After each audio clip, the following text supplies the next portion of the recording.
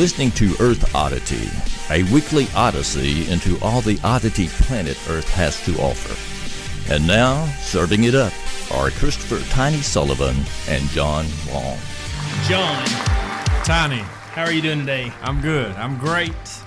I am super excited to be sitting here in the studio recording another episode of Earth Oddity. Yeah. Keeping tabs on all that the odd that the Earth has to offer. And plenty of it to offer. We're going to jump into the news stories in just a minute. Real quick, I wanted to mention the Facebook group. There was a bit of a controversy last week on the pineapple on the pizza. Oh, yeah.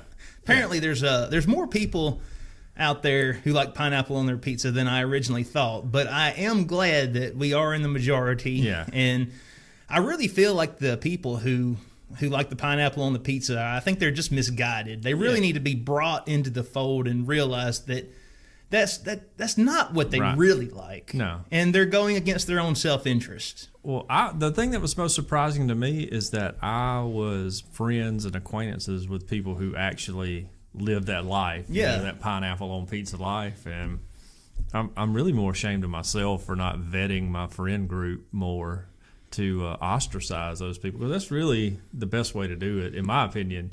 You're in like just old school shunning. Yeah, you're like, let's welcome them into the regular, the real pizza thing, and I'm like, let's shun them to the edge of society.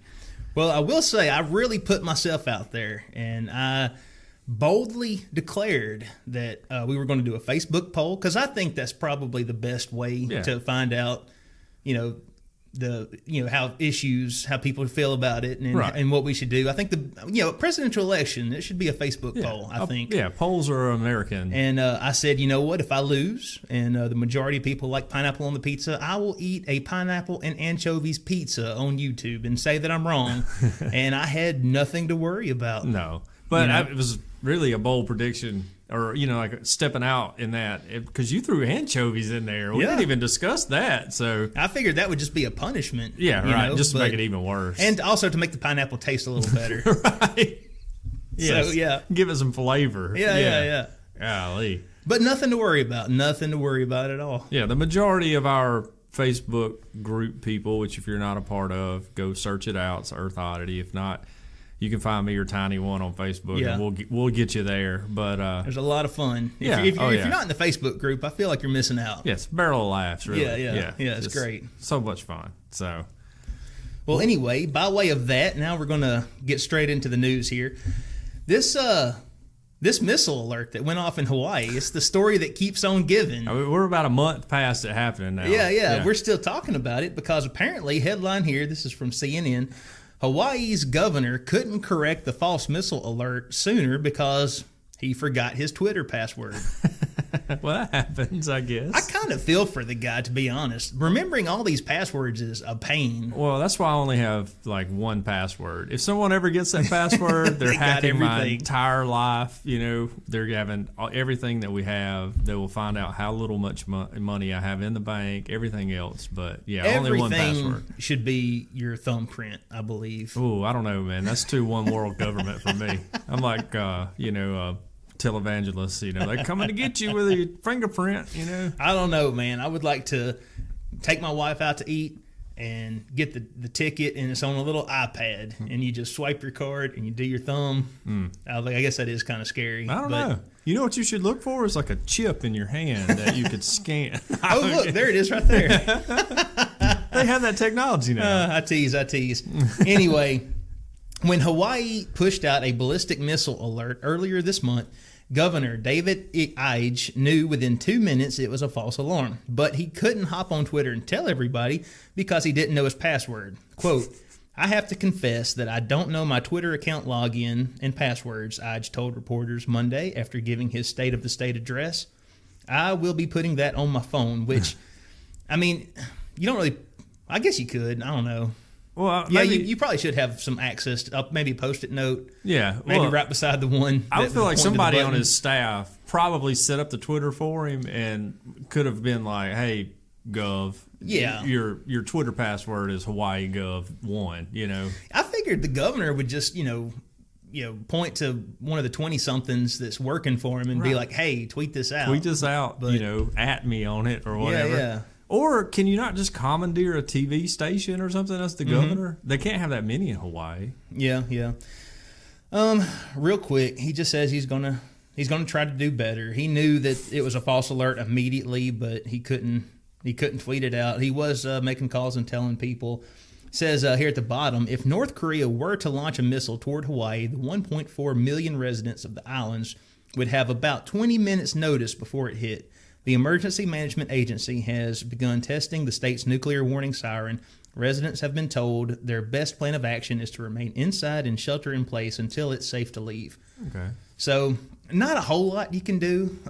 You can maybe try to seek shelter. Yeah. But well, I mean, I don't know. We're in no position to talk given our track record of governors in Alabama. Right.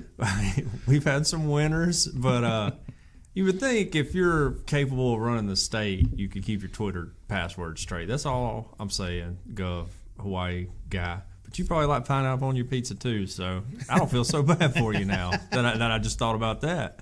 I bet they put pineapple on everything down there. Maybe. Yeah, I got to. I don't know. Seems Polynesian, to do. Somebody, again, here we go. Somebody in the Facebook group was talking about how American Hawaiian pineapples were, and there's this huge pineapple farm like near Pearl Harbor. Yeah, right. Yeah. But when I looked it up, apparently it's nowhere near as big as it used to be, and it's only like a small part of the pineapples that we eat come from Hawaii. So, where do we import the rest of our pineapples from? I don't know. I got to plead ignorance. 'Cause I don't know anything about the pineapple game other than Dole, My wife loves pineapple, and pineapples are good. I like pineapple too, but it doesn't belong in a pizzeria. No, I'll take a pineapple dump cake or something like that. Yeah. But definitely not on a pizza. Doesn't work. What else we got? All right, well, this is another kind of old story, I guess you could say. This is from last week. We didn't get to it, but the headline really caught my attention. Underwear dance in dorm nearly gets Russian cadets expelled. Uh-oh. Yeah. An underwear dance video filmed in a college dormitory nearly got some Russian cadet pilots expelled and sparked a discussion among Russia's political elite. Now, this was at Ilyaskov Civil Aviation Institute. Right. I'm sure that's how you say it. In fact, I'm positive that's how you say it. And I was shocked to learn when I went online to find the video that it was an all-male rendition of the official video for Benny Benassi's Satisfaction. And it showed a dozen freshmen wearing boxer shorts, boots, chest straps, and cadet caps, thrusting their hips to the beat as they walked around the dorm, mopped the floor, and ironed their shirts. Yeah, so basically, Russian teenagers are a lot like American teenagers. Yeah, right, yeah. Just boys will be boys. People are people, and that's one thing I've slowly learning from this podcast is people are people worldwide. We're not so different. Yeah, we're not so different, and we like to act like we have, our college-age people are the only ones who make bad decisions, but anyways. Next year, they'll be eating Tide Pods. Yes. Let's see. Legendary Russian test pilot Magomed Toyboy V. Right. That guy. Yeah. He was quoted as saying, "When children dance like this, it's a tragedy." A tragedy. A tragedy. There we go. Had to pause for sorry. And a state-owned media channel devoted 20 minutes to it. 20 minutes on the underwear dance. Yes. A member of the Kremlin's People's Front movement, his name's Ivan Makachanik. Okay. He said, "Is this what we're going to show our enemies?" And another guy. So he's worried about Russian pilots flying missions. Right. And the people on the ground fixing to get bombed are like, we're not scared of those bombs because these guys danced in their underwear. Dancing around in their underwear. Yeah. I feel like it's still pretty scary. Yeah, I mean, if a bomber's coming at you. Like, here they're coming, and you hear that, and they're like, we're going to get you, comrade. It's still scary to me. It's still scary. Hey, here comes the bombs. That's still terrifying. Yeah, I mean, if a bomb's coming, I don't care if you're dancing in your underwear or not. It could be painted pink. It's still a bomb. Yeah. Vladimir Zhirinovsky is an eccentric leader of the LDPR party. I'm not sure what that stands for. I'm sure it's something Russian. He took up for him, didn't he? Yeah, he took up for him, and he says he thinks the freshmen were undressed because the dorm was too hot. He said the central heating was working too well, he said. So that's why they were dancing in their underwear. It's just too hot. But I just wanted to warn our listeners, if you see the headline scroll across, underwear dance in dorm nearly gets Russian cadets expelled, it's definitely all male. And, I mean, nothing wrong with a bunch of guys dancing around having a good time. Yeah, we have those over here. They're called Marines. Just may not be what you expect when you do the old Google search for it. Right. Okay, right here, San Francisco Gate.com. Allegedly passed out drunk on Bay Bridge, Tesla driver claims car was on autopilot. Well, all right. So are you familiar with the car company Tesla? Yeah, I know a little bit about it. I'm not well versed in it because I'll never be able to afford one of those cars. So, well, I mean, I still probably won't be able to drive one, but they do claim that here, at some point they're going to be putting out, sort of a, like the Kia version. Exactly. Okay, I got exactly. You. But the CEO is Elon Musk, and if you don't know about Elon Musk, he's also the CEO of SpaceX. Right. He's a real life Tony Stark, basically. Yeah. Trying to save the world through technology. He's also started a new company called The Boring Company, and they're going to be digging tunnels under Los Angeles because he's tired of sitting in traffic. Wow. I thought we could name our podcast The Boring Company, but it's already taken. Wow. It's already taken. Huh. And anyway, back to the article, these Tesla cars have an autopilot feature. Mm-hmm. For real. I've seen it before, yeah. Yeah, it's amazing. Well, here we go. Autopilot should not be conflated to self-driving, as one allegedly inebriated Tesla driver found out after failing to cross the Bay Bridge last Saturday evening. The man had apparently passed out in the stopped car while stuck in the busy flow of the bridge traffic at 5:30 p.m. that day, according to California Highway Patrol. When he was awoken, he ostensibly attempted to reassure arresting CHP officers on site that, hey, y'all chill out. The car's on autopilot. Hey, guys, I'm not even driving. I'm a passenger. Yeah. Luckily, the CHP was on site immediately. It's pretty quick that we get those calls. Officer Vu Williams of the San Francisco CHP tells San Francisco Gate, we always have units patrolling the bridge. According to the California Highway Patrol, the man had a blood alcohol level of at least twice the legal limit. Okay. He was arrested and charged with suspicion of DUI after being reported by drivers who saw him stopped in traffic. They arrested him. And then they towed his car. His car did not drive itself to the tow yard. But Tesla has long advised autopilot drivers to maintain consciousness while driving. That's just good. Yeah. And to keep their hands on the steering wheel should anything go wrong. So, but, I bring up this article because this really is interesting where we're going to be, like in the next, probably few years. I don't know exactly when, maybe 10 or maybe less. I don't think it'll be more than that, but we're going to see self-driving cars. And, if you're wasted, can you get come in home your from robot the bar? car? Yeah. Can Kit drive you home? I don't know. I mean, ultimately, I guess the way the law is written now, if you're behind the wheel, you're responsible for what goes on in the car. Yeah. So I would fire up the autopilot, jump in the back seat, and go to sleep. And just go to sleep. Yeah. And then if your car stalls out, then you're like, well, whoever was driving must have left. That way there's like some plausible deniability. If you tie one on, though, that would be convenient. What happens when Apple comes out with a car that doesn't have a steering wheel and you just tell Siri where you want to go? I will get to that. I could see, not that I've ever been this way before, but I've heard that one of the difficulties of taking a cab home or riding home with a friend is that you have to get your car the next day, which is left at the bar. You're not feeling too well, and you got to get up and go do all that. So that would really take care of that. So, it may not be a bad thing. Less drunken driving crashes is a good thing. So, But yeah, I know very little about that because I really spent all my time in college reading my Bible and praying. What else we got? Okay, this is an international story from the San Francisco Gate, though.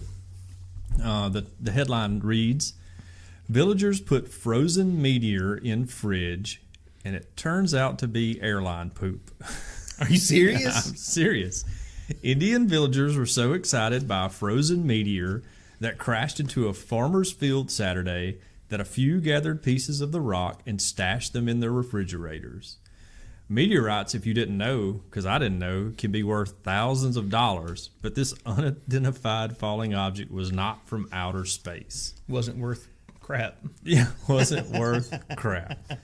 According to the Indian Express and the International Business Times, the yellow-brown meteor weighing around 20 pounds had a transparent surface and that resembled ice, and the impact created a 1-foot deep hole in the field. Wow. Yeah, that's coming down with speed. Here's what one of the eyewitnesses, Govind Singh, said. "I rushed to the spot and saw the object. It seemed to weigh at least 8 or 10 kilograms, judging by the dent it had made in the ground. Initially, we thought it could be ice, but it was not melting, so we figured it must have some kind of chemical in it." And you know, it did. A team of scientists from the India Meteorological Department was assembled and collected samples of the object at the site. And their verdict was the meteor was actually frozen feces. Oh. Yeah. Anyways, if you didn't know, this is apparently a problem in India. Right. The government, back in 2016, passed an order forbidding airlines from emptying their toilet tanks mid-air. So they were doing that so much that they actually had to write a law it's saying don't do that. It's a $50,000 or 50,000 rupee fine for that, which is $782 if you needed to know. So, well, for an airline company, they're probably not too worried about that. Wouldn't. But in 2016, a woman from Madhya Pradesh suffered a severe head injury after she was hit by a frozen football-sized chunk of poop. That is a bad day. Which really, if my kids had been there, they would have called her a poopy head for the rest of her life. That is a bad day. That was a big insult when they were younger. It was a poopy head. Which sometimes I still call people poopy head. Well, the villagers who thought they had valuable, meteorites and stashed in their fridges, when they were told the truth, they were very distraught. One villager, this is what he had to say. "Yeah, that's a space peanut." For all our Joe Dirt fans out there. Yeah, I thought that only happened in Joe Dirt. Apparently, no. I've never contemplated what planes do, Right. Like I covered in one of our earlier podcasts, I got very strict bathroom rules, and I will never number 2 on an airplane ever. I don't care what's happening. I'll never do it. That's just a hard and fast rule for me, or like a Greyhound bus or anything like that. Right. Number one only. But so I've never really thought about it. But yeah, I guess you got to get rid of it somewhere, right? Well, I think most planes, they do that when they land, like they're refueling / I figure you have like a truck. RV. Yeah, like an RV. You come out there and hook a hose up, and it does whatever it does. But I remember one of my stepdads, and this is the same one who was a lumberjack for a while. He was a truck driver too. He was, I guess, really a jack of all trades. Yeah. And he said that when he was, and maybe this is, I don't know if this is true or not, but he claims he was, out west in the desert, driving through the desert, and, his truck got hit by one of these, falling frozen poop bombs. Wow. And, of course, we're all laughing, and I was a teenager, so I just, I believed it, sure. Hook, line, and sinker. And I remember, when I was in my early 20s, we were watching Joe Dirt, and we're laughing at that iconic scene where he's in the shop trying to sell his chunk of poop, and he and I was like, hey guys, that that really happens. They really do that. It happened to my stepdad, and I got shouted down. I got called an idiot because I believe this. But reading this article, that makes me believe. I believe you. Yeah. Well, I mean, where did Joe Dirt get the idea from? Apparently, Yeah. maybe Bollywood's a real thing over in India. They make movies over there, so. So, Zach Montroy, if you're out there, how dare you? How dare you, sir? If you were here, I would punch you right in the face. I was right. I'm vindicated. I'm totally vindicated. Yeah, I don't know. I'll just say this: if I ever see a rock falling from the sky now, I will be definitely cautious about picking it up. Right. Or I'll be like, all right, everybody nobody touch it just yet. Let's call someone in first to look at it. But we got dibs on it. We saw it, but nobody touch it. Yeah. Well, next another question. I'm sorry. No, it's fine. Did it freeze on the way down? Yeah, they say that, because they're so high up. They're so high up that it freezes. All which right. You would think, I guess, something coming into our atmosphere from outer space is going to burn up. Right. But I guess something not quite so high is going to freeze. Well, you think what a plane flies like, maybe 30,000 feet? I don't know. I've flown on a plane, but I don't ever remember how high we I are. think it's a mile, but I just know that from innuendos I've heard. Yes, I've heard about a club you can join. I don't know. I don't know what it takes to get into that. I was at Bible study. Anyway, on to our next article here. Real life John Wick takes out man who killed his dog by ramming him into a brick wall. Boom. That's cold. That is cold. Are you familiar with John Wick? I've never seen the movie John Wick. I know what it is. I'm aware of it, but I've never watched it. Basically, a former mob hitman goes on a murder spree after these aggravating kids killed his dog. Oh, okay. Yeah, that's basically the movie summed up. Man's best friend. Yeah. Anyway, let's find out about the real life John Wick, shall we? With all the vengeful fury of a real life John Wick, a Chinese pet owner killed a man suspected of murdering half a dozen dogs with poison. Security camera footage recorded in the provincial city of Yangzhou reportedly showed an assailant, that's a hard word, shooting a dog with a poison dart gun before fleeing the scene on his scooter. Look, assailant is a hard word, but you buzzed through Yangzhou like a pro. I just wanted to drop that in there. Back to the story. I'm sorry. Anyway, my mind, I like to think this guy was probably a member of the Triads, and this was like a heavily modded, kitted out scooter. Yeah, oh yeah, got pipes and he probably wasn't driving. He was probably sitting on the back seat so he could assassinate these dogs and then speed away. Huh? Yeah, I don't know. Well, you got a beef with somebody's dog, Well, we'll find out about that later. But for now, when the pet's owner found his pooch whimpering and paralyzed, he chased down the suspect with his car and rammed him through the brick wall of a shop, according to Metro. Yangzhou City Police arrested the driver on manslaughter charges after the dog poisoner died at the scene. Okay, now this is the pet owner's family here. They're taking up for him.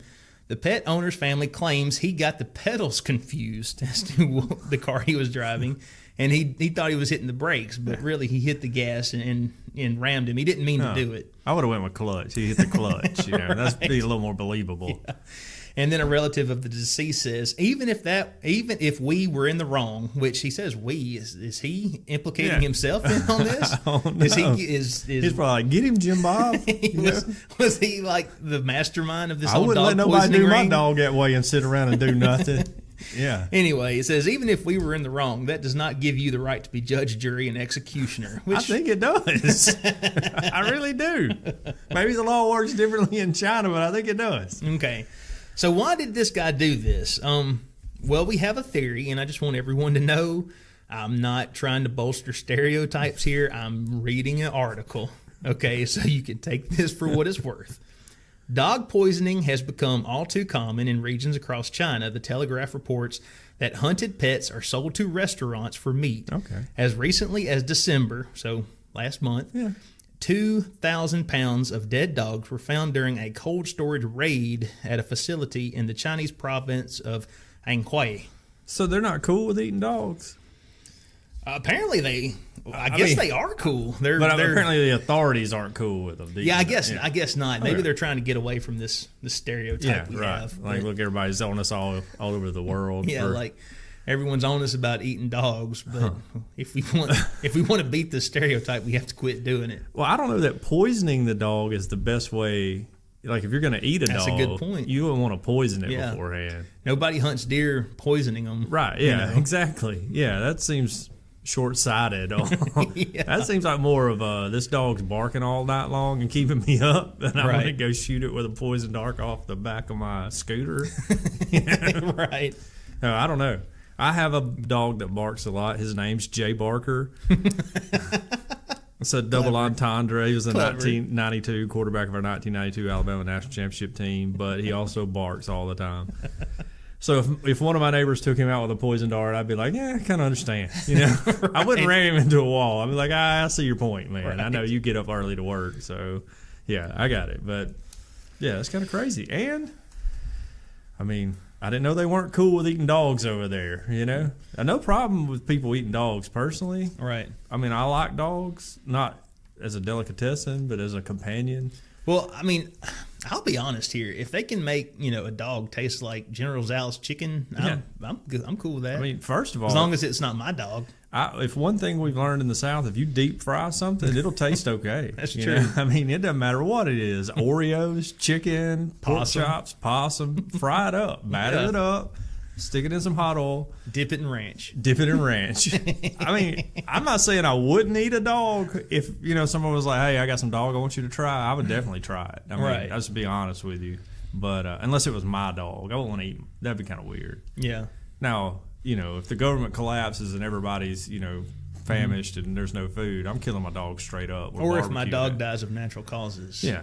Well, just for fun. He just dies. You're not got a full pantry. I will say, I can't believe I'm telling this story, but my lovely wife, she took she was a school teacher, and she went on a field trip to Rainy Ranch, which is a little ranch nearby, with petting zoo and all that. I've been there. Kids love it. And she decided she wanted like a pet pig. There you go. And she was calling me up saying, hey, can I get this pig? It's so cute. And it's, this much money, and it's so cute. And pigs are smart, and it's so cute. and and I told her, I was like, she wanted this pig so bad. And so I this is the compromise we reached. I said, you can get the pig, and we can name the pig and have a pet pig, and it'll be great. But the day that the pig is too big and he's not cute anymore, and we decide we don't want a pet pig anymore, we eat him. Oh, yeah. I would make that deal. If I was Tara, I would make that deal. Well, if I was you, I would make that deal on both sides of that. Well, that got her thinking, and she decided, you know what, no dice. We'll just keep the dog. We won't have a pig. I mean, pigs are... I've got limited experience with pigs, but I've had some, I was a farmhand and stuff for a while, and I had to go and deliver feed to a hog farm and stuff.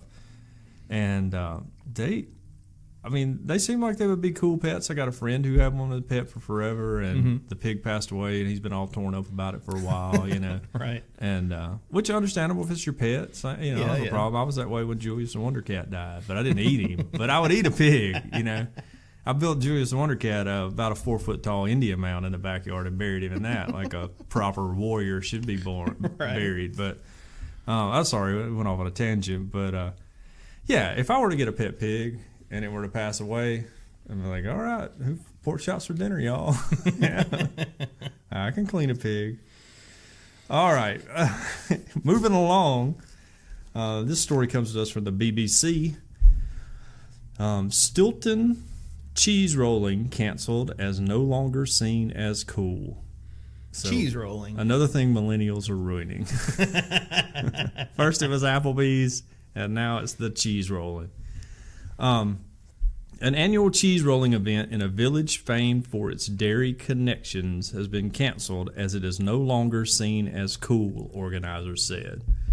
And I got some ideas about how to bring it back. We'll cover that at the end. Gotcha. It says this has taken place for more than 50 years in Stilton, Cambridgeshire, which some claim to be the true home of its namesake cheese. However, the organizers canceled the May event, citing a lack of interest, the Peterborough Telegraph reported. Only 2 teams registered last year, but it is hoped it will go ahead in 2019. So they're hoping that maybe if they just call it off this year that Next year it'll be like, hey, bring back cheese rolling. Right, yeah, we missed cheese rolling. But to me, if you got two teams, you can still go at it. That's you know? yeah. There's a winner and there's a loser. But, yeah. I mean, I don't know. To make a real contest, they say they need 12 to 16 men's teams and 8 to 12 ladies teams. Just another example of the patriarchy dominating everything. We have not come anywhere near these targets for 4 years, they said. And it's no longer seen as cool.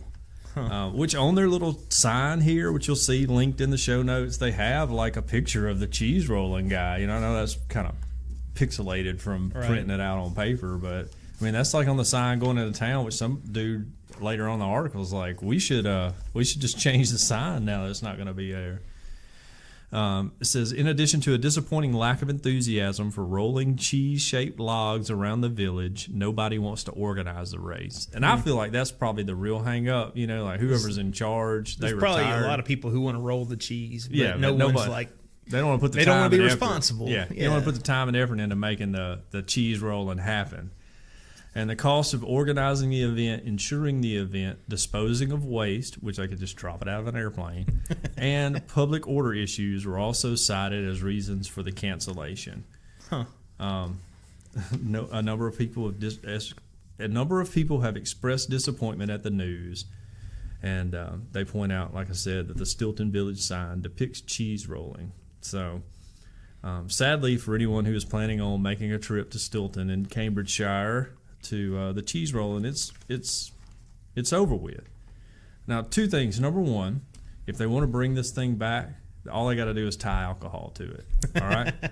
If you don't think drunk people will roll a log of cheese down the street all day long and sign up excitedly to do so, then you're wrong and you're naive about how things work.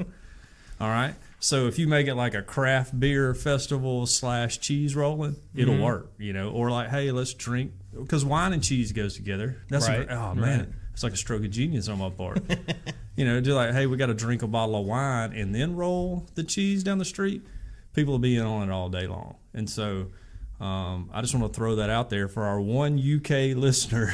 Man, if you can pass that idea along for me to the people and let them know, because we want to see it come back. How do you do the cheese rolling competition? What, like, is it just like a race, but people are rolling a log of cheese? Right, yes. They have a log of cheese, and they have a course around the city that they roll it along. Now, these people in the opening picture appear to be dressed as Ku Klux Klan members. I think they might be Smurfs, really. Yeah. But, I mean, if you wear that in Alabama, everybody's thinking Klan. That looks kind of cultic. Yeah. Oh, man. But, you know, in Fayette, the town I grew up in, they have the Frog Level Festival, world famous Frog Level Festival, where we have the cheese cutting competition. That's right. But years ago, they had bed races. Yeah. I don't know. This may have ended before you were really even aware. I know the festival went away for a while, but like teams would compete, and they would take a bed, put wheels on it. Somebody would ride the bed, and they would push it down Main Street in Fayette. And like my dad's, I missed out on that. My dad's remember Mule grocery Day, store, but I don't remember the Frog Level Festival. Oh, Mule Day, you know, that's Winfield. Right. And Gordo. Gordo has a Mule Day. Do they have a Mule Day? Oh, they have a Mule Day / Chicken Fest in Gordo, because they're not going to let Winfield steal their thunder. Right. Which chickens are huge in Gordo, if you didn't know. That's like where all the chickens we eat around here come from. But yeah, anyway, so I mean, I'm all for a crazy race, and I'm telling you, get the, you know, whatever, 2 bottles of wine and then roll the cheese thing going, and you'll never have to worry about the cheese thing going away again. People of Stilton, Cambridgeshire, England. Well, speaking of cheese, I got a story from the Press Herald. Lighthearted vigil for burned down Taco Bell draws more than 100. Wow. 100 people. All right. Now, where's this story out of? This is straight out of Montgomery, Alabama. Beautiful. Not too far from here. This is our home state. State capital. Yep, that's our state capital. Was Governor Kay Ivey there? Let's find out. It started as many things do on the internet as a joke. It ended with dripping candle wax and a box of tacos tossed from the bed of a pickup truck yards away from the charred and partially collapsed remains of a 24-hour Taco Bell restaurant. The fast food restaurant caught fire in the early hours of Wednesday, January 17th. No one was injured, and authorities haven't determined the cause of the blaze. Already know. But I know. I'll explain it later. I already know. Okay. But the closure of the Taco Bell, a bastion of cheap, delicious, and nearly always available food for young people and anyone looking to save a few dollars, hit close to home for many current and former Montgomery residents. A Facebook proposal for a candlelight vigil to mourn the restaurant went viral, and more than 100 people showed up Sunday night to honor their fallen favorite, which, 100 people doesn't sound like a lot of people, but I couldn't get 100 people to come to an Earth Oddity festival. Right. We can barely get 100 people to listen to it right now. I know. So, I give them props. Yeah, props. I agree. A Facebook proposal for a candlelight vigil to mourn the restaurant. Oh, I read that part already. Sorry. That's okay. The crowd, many in their teens and early 20s, brought Taco Bell products and candles, milling about the parking lot of the adjacent Arby's after event organizers found that the Taco Bell lot was closed off. Oh, man. I bet you the Arby's manager was all mad about it, too. Local comedian Ashley Nicole Portis performed a reprise of a Taco Bell parody video she released last year. A recent graduate of Alabama State University, Portis said the Zelda Road restaurant was a key to surviving college. I had a lot of memories created at Taco Bell, she said. That's kind of sad. I was a theater major, and we had long rehearsal nights. It was extremely taxing, and you don't always have time to eat. You miss the cafeteria. It closes early. In Montgomery, everything closes early. After her performance and a toss of a Taco Bell party pack into the crowd, a young guy with a bucket circled the parking lot, picking up bits of wax and paper the crowd had dropped.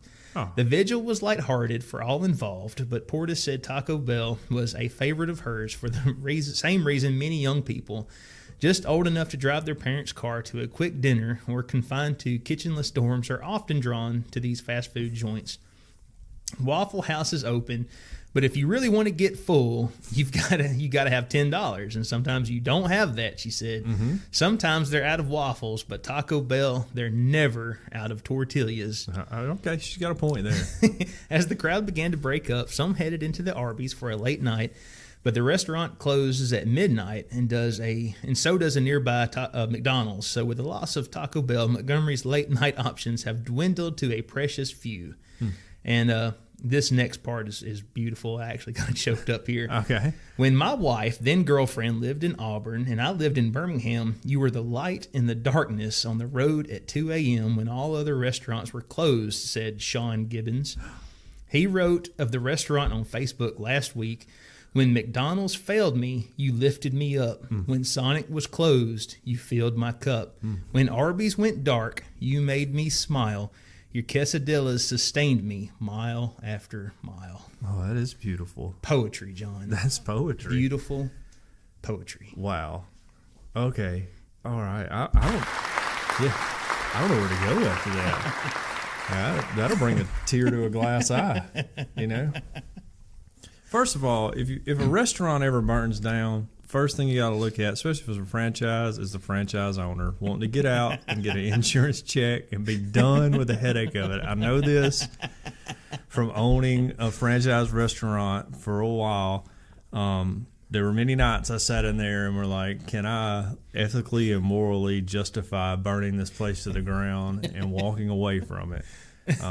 So just for the Montgomery fire investigators, you might want to do an interview. Hot tip. Yeah, you might just want to get him in the office, put him under the bright lights, and see if he breaks. Because that's what happened. If it's undetermined, right. If they weren't like, okay, somebody left the cheese dip, warmer on all night. It's not the fire sauce. Yeah, it's not the fire sauce.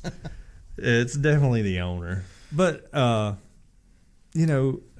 Bell has meant a lot to many of us. Yes. At times of our life. And I agree, as a father and husband that has to feed 5 people, I mean, you can get out of Taco Bell with everybody full on about $20. Right. Yeah. And so that's a beautiful thing in this world. If you go to McDonald's, it's going to cost you $35 for everybody to get Happy Meals and combos and all that. So And you got to order like 5 or 6 things off the value menu. Yeah, right. Yeah. I mean, you can. I mean, now Wendy's. I mean, just plug Wendy's a little bit. They got that 4 for $4 thing now. Yeah. Which our Wendy's burnt down and it's finally reopened. Which I thought the same thing when it burnt down. It was just sit there forever and nobody's doing anything until they tore it down. Mm-hmm. I was like, oh yeah, some dude took his check and went on home with that, and I would like kick myself. I'm like, why didn't I burn my place down? Or like, you know, why didn't the Lord answer my prayers with a bolt of lightning and just disintegrate it for me? But yeah. Anyways, I might be sad. Now I don't know, as a 41-year-old man, I'll get out to the vigil for the Taco Bell. Yeah. But you wouldn't get out there and mingle with the kids. yeah, right. That would just be creepy. You know, like, what's this old dude here for? You know? Yeah. What's up, fellow kids? I am here to celebrate Taco Bell with you. All right, now this one comes from the we're all the same type of people category around the world, because people, you know, we live in America and we got a lot of problems, but so does the rest of the world too. They're rednecks everywhere. This is from the BBC.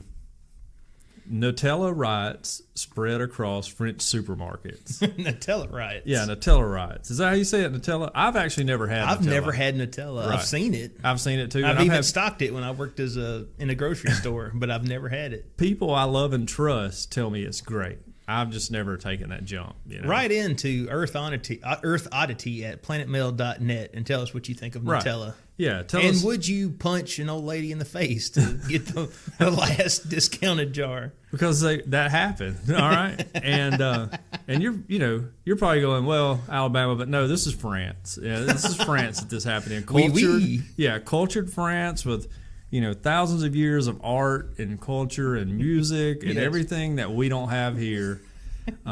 History. Yeah, history. But they're punching grandmas in the face for a little, jar of Nutella.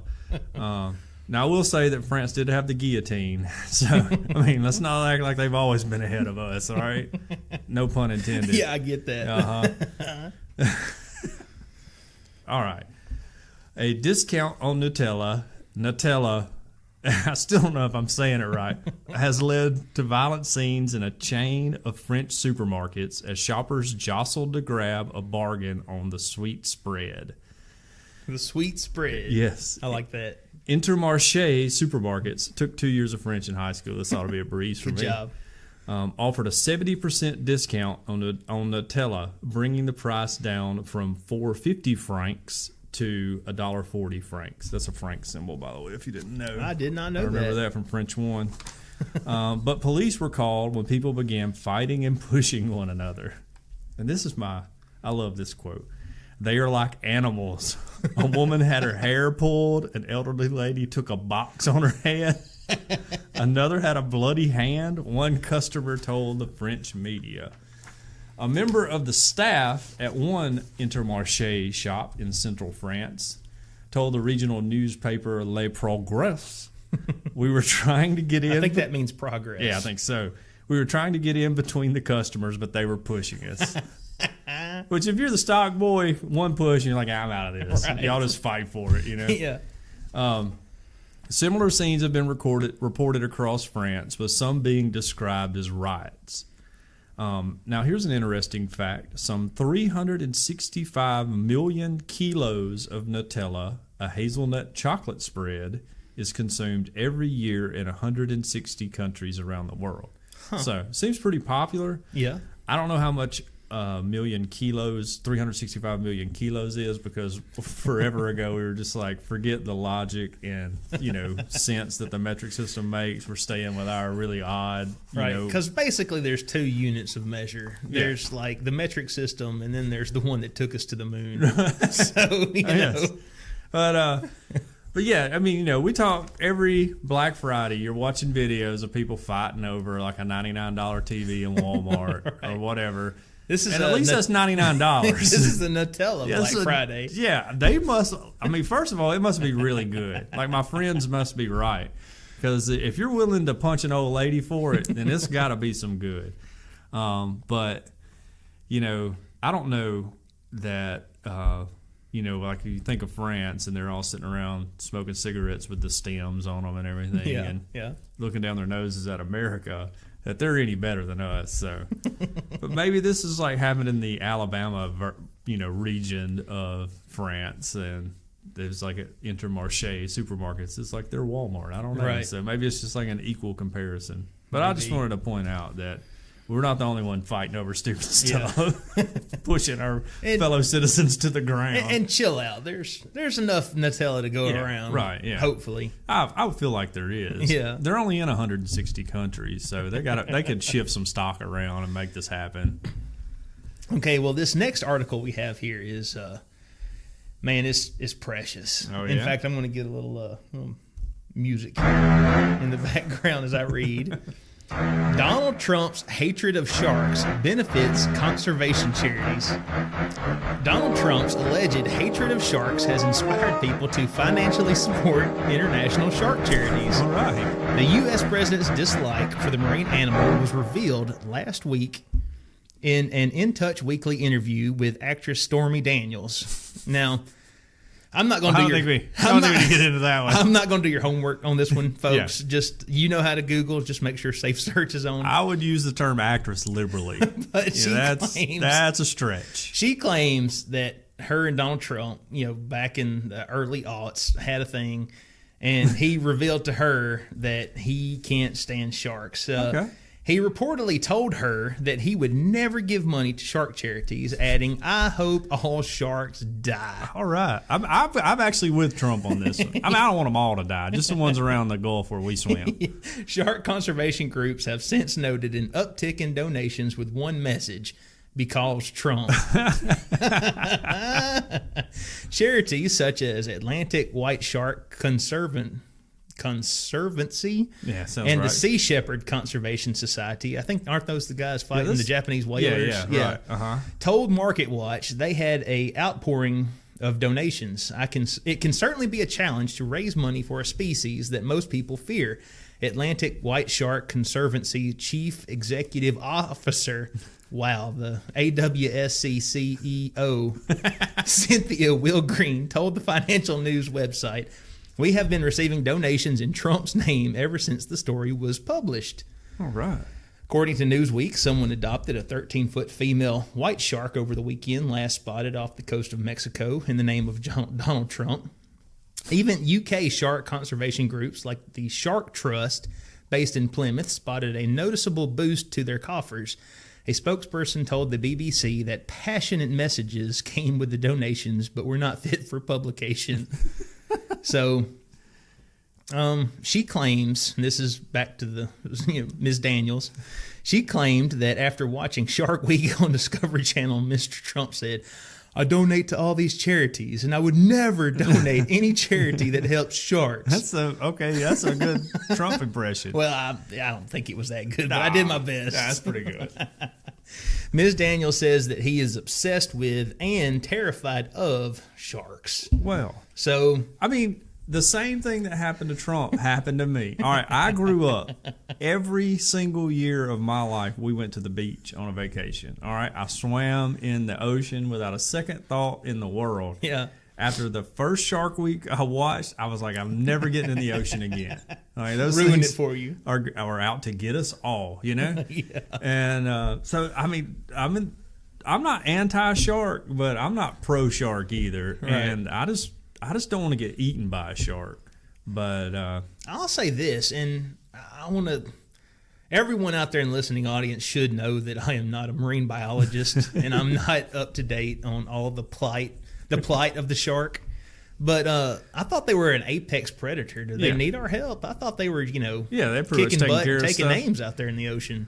I'm sure there's some kind of, like pesticide or something that's in the ocean. Yeah, that's killing them. It's like washed down rivers. Right. Okay. Like there's the dead zone in the Gulf and all. Yeah. So I figured there's something like that that's probably out to get them. But I don't. And there's no real life Captain Planet to save the sharks. Right. Yes.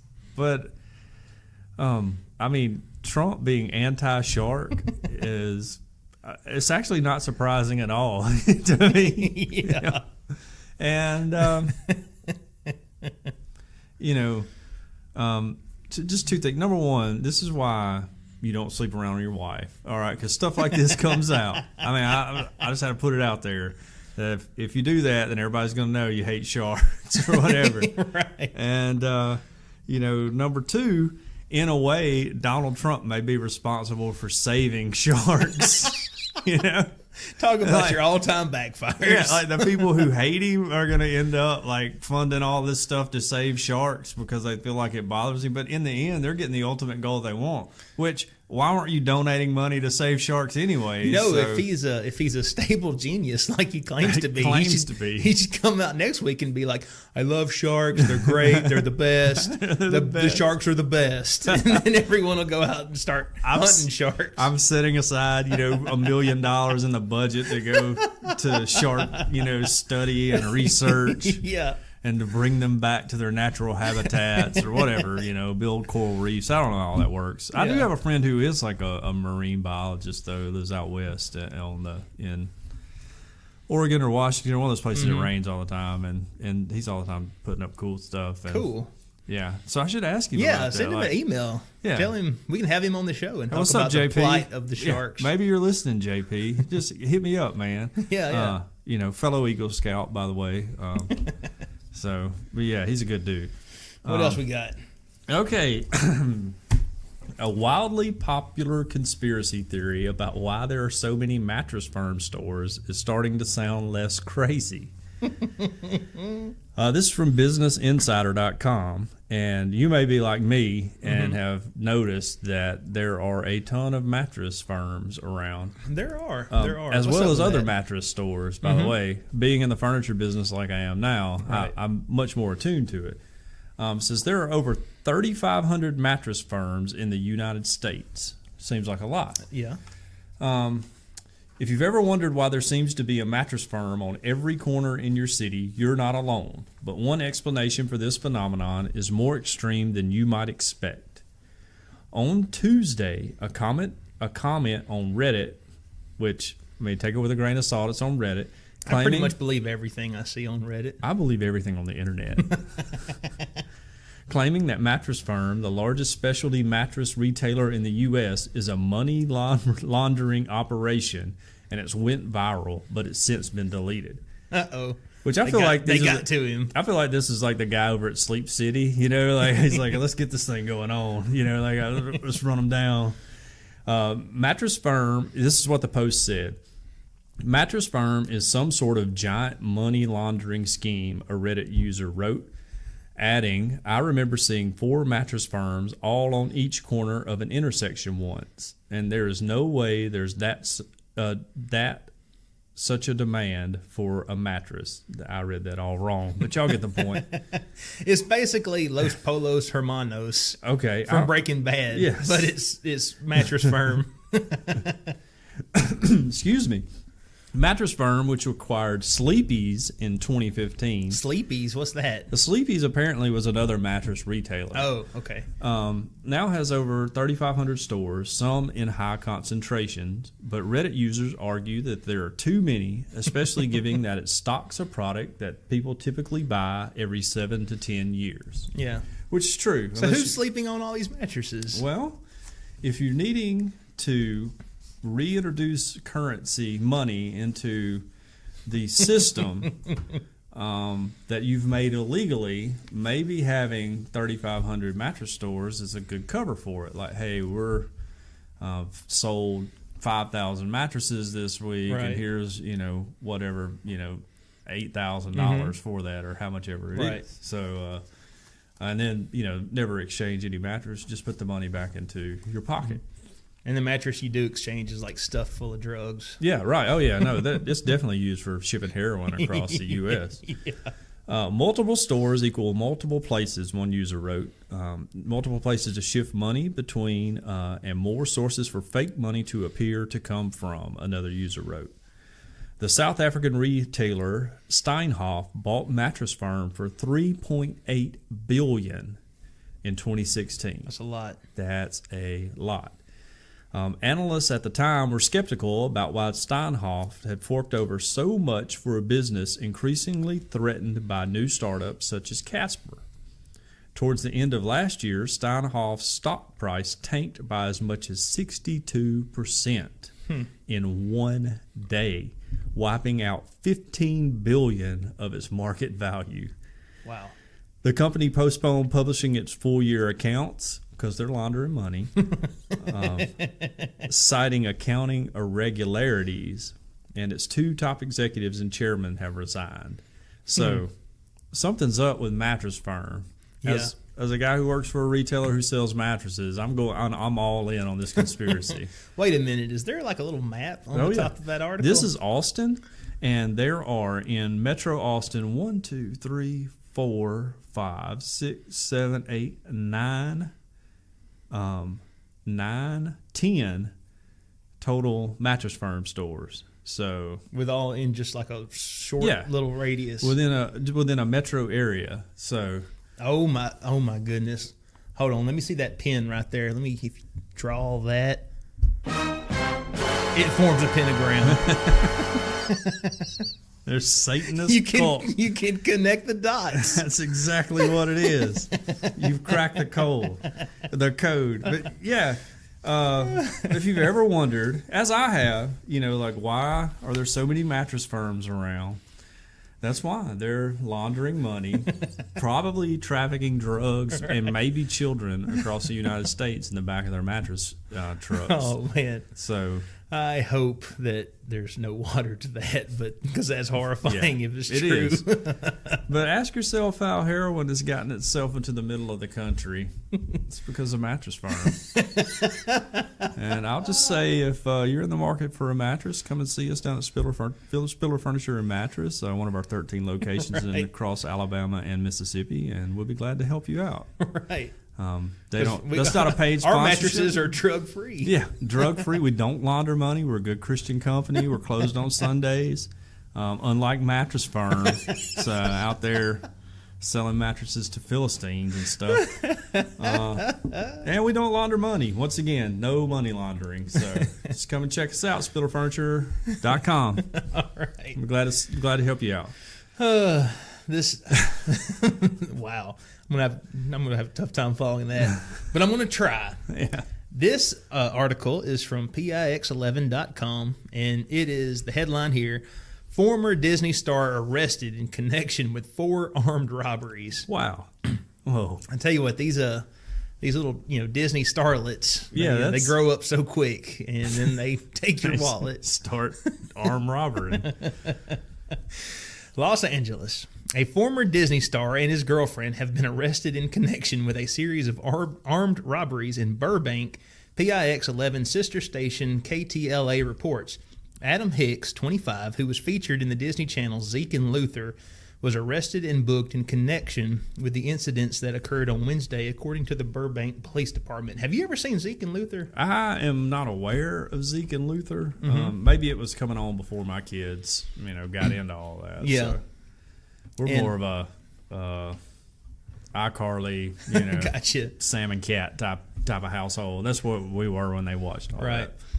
A woman, Danny Tamburo, was also arrested in connection with the crimes. BuzzFeed News reported that Tamburo is Hicks' girlfriend.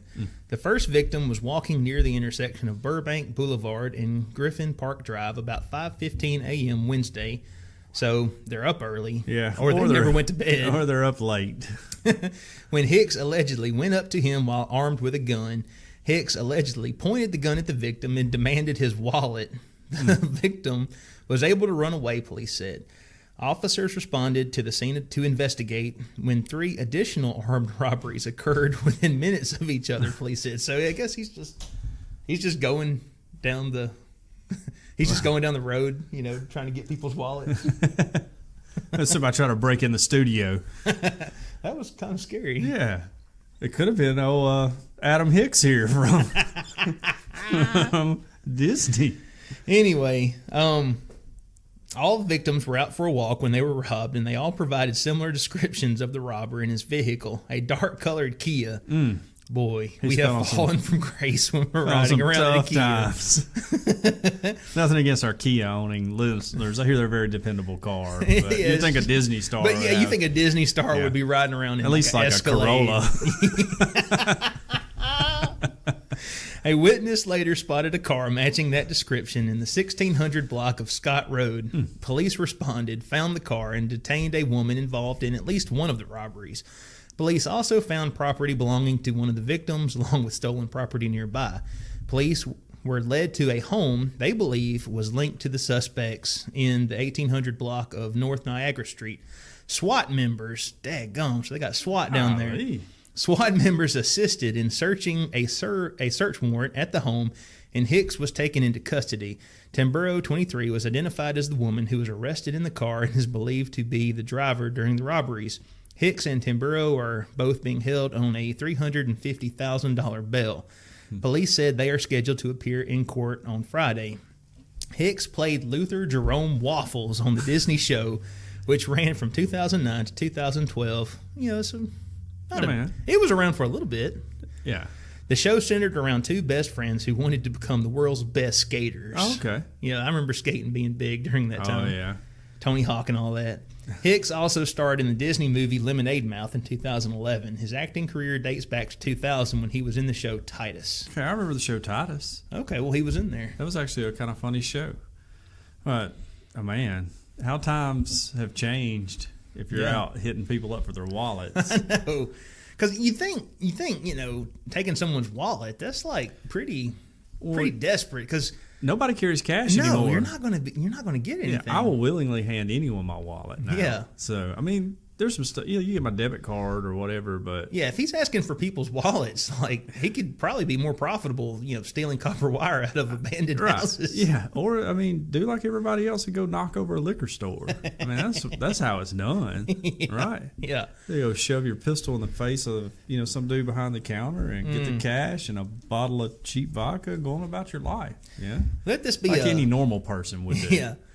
Let this be a PSA out there to any current Disney stars. You might want to get together with a financial advisor and at least be taking some of that big Disney bucks and putting them back somewhere so you don't wind up like old Buy the Zeke. Kia now so you don't have to drive the Kia later. Right. Yeah, this is my Dave Ramsey speech. Buy the Kia now so you don't have to drive the Kia later. Nobody's going to care. Kawhi Leonard, he plays for the Spurs, my favorite basketball team. I think he still drives like an old beat up Suburban that he had in college. He's right. just there, and he rents an apartment that's like just a normal apartment. Yeah. And he makes millions of dollars, and that's what he's like. Hey, it ain't gonna last for forever, so I'm not gonna spend it all now. So. Wow, smart guy. Oh, he's like everyone should be a Kawhi Leonard fan because he's like a really awesome dude, and root for the Spurs anyways because the Golden State Warriors are they're no fun. They beat us. All right. We're running up on time. We are. We are running up on time. I feel, but I tell you what, I do not want to leave the studio before we talk about Grumpy Cat. Okay. Can we talk about Grumpy Cat? Everybody loves Grumpy Cat, except the owners of this company. Grumpy Cat wins $710,000 in a copyright lawsuit. And this is from the BBC. And he wasn't any happier when the ruling which I found out why he looks this way. We'll get into that. Grumpy Cat Limited sued the owners of a U.S. coffee company, Grenade, for exceeding an agreement over the cat's image. So the cat had licensed the company had licensed the cat's image, which is really bizarre to say, to sell with its Grumpachino iced drink. Sounds delicious. It does. But they also sold other Grumpy products against the license. The cat's real name, which is tartar sauce, went viral in 2012 after photographs of her sour expression emerged online. Which I always imagined Grumpy Cat to be a male cat. I don't know why. It's just me. In 2013, Grenade Beverage, owned by father and son Nick and Paul Sanford, struck a $150,000 deal to market iced coffee beverages with a cat scowl on its packaging. Court filing claimed that they exceeded the deal by selling roasted coffee and Grumpachino T-shirts, which Grumpy Cat said blatantly infringed on their copyrights and trademarks. A lawyer for Grenade, though, countered and said that Grumpy Cat had failed to mention its brand enough on social media and in a televised appearance, according to court reports. They also alleged that the owners had told them that tartar sauce was set to star in a film alongside actors Will Ferrell and Jack Black. And I'd watch that. Yeah, it didn't happen. Oh, man.